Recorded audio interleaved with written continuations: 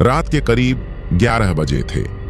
रवि अपने दोस्तों के साथ एक पुराने गांव के पास स्थित हवेली की ओर बढ़ रहा था। वह हवेली गांव के लोगों के लिए एक रहस्य बन चुकी थी। लोग कहते थे कि वहां अजीब अजीब आवाजें आती हैं और रात में वहां से गुजरने वाले कभी लौट कर नहीं आते। रवि और उसके दोस्त इस कहानी को बस एक अफवाह समझ रहे थे। वे तीनों बहादुरी दिखाने के लिए हवेली के अंदर जाने का फैसला कर चुके थे। हवेली की दीवारें टूटी फूटी और जंग लगी हुई थीं। बाहर से देखने पर ही एक अजीब सी ठंडी हवा चलने लगी थी। आसमान में बादल छा रहे थे और हवेली के आसपास सब कुछ शांत और डरावना था। जैसे ही वे अंदर घुसे, दरवाजा अचानक अपने आप बंद हो गया। चारों ओर अंधेरा छा गया और केवल चांद की हल्की रोशनी खिड़की से आ रही थी। हवेली के अंदर बेतरतीब धूल जमी हुई थी और हर चीज से एक अजीब सी बदबू आ रही थी। तुम्हें कुछ अजीब नहीं लग रहा?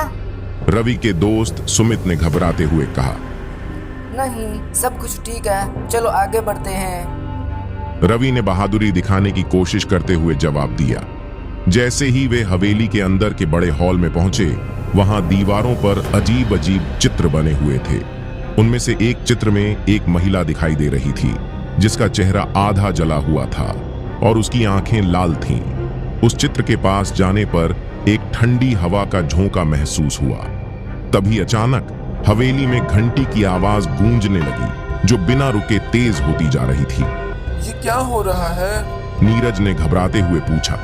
तभी एक भयानक चीख की आवाज हवेली के कोने से आई। उन सभी के रोंगटे खड़े हो गए। रवि ने कहा, हमें यहाँ से जल्दी निकलना चाहिए। वे तीनों भागते हुए दरवाजे की ओर बढ़े, लेकिन दरवाजा बंद था। हवेली की दीवारें अचानक हिलने लगीं और वे खुद को एक भयानक जाल में फंसा हुआ महसूस कर रहे थे। तभी उनके सामने अचानक वही महिला प्रकट हो गई जिसका चित्र उन्होंने दीवार पर देखा था। उसके शरीर से आग निकल रही थी और उसकी आंखें क्रोध से भरी हुई थीं। वह धीरे धीरे उनके पास आने लगी। वे सभी डर से कांपने लगे। रवि ने हिम्मत जुटाई और पूछा, तुम कौन हो? हमें क्यों परेशान कर रही हो? महिला की आवाज एकदम भारी और भयानक थी। उसने कहा, मैं हवेली की रखवाली करती हूँ। जो भी यहाँ आता है उसको मौत की नींद सुनी पड़ती है। तुमने मेरी शांति भंग की है, अब तुमको मरना पड़ेगा। रवि और उसके दोस्तों के चेहरे पर डर साफ झलक रहा था। वे अपनी जान बचाने के लिए इधर उधर दौड़ने लगे, लेकिन हवेली के दरवाजे और खिड़कियां अचानक बंद हो गईं। क्या वे बच पाएंगे या उस भूतिया हवेली की शापित आत्मा का शिकार बन जाएंगे? उस रहस्यमयी रात ने उनकी जिंदगी हमेशा के लिए बदल दी। अंत तक सस्पेंस बना रहा और अगले दिन गांव वालों को सिर्फ हवेली के बाहर पड़े 3 जले हुए निशान मिले जो कभी रवि और उसके दोस्तों के थे।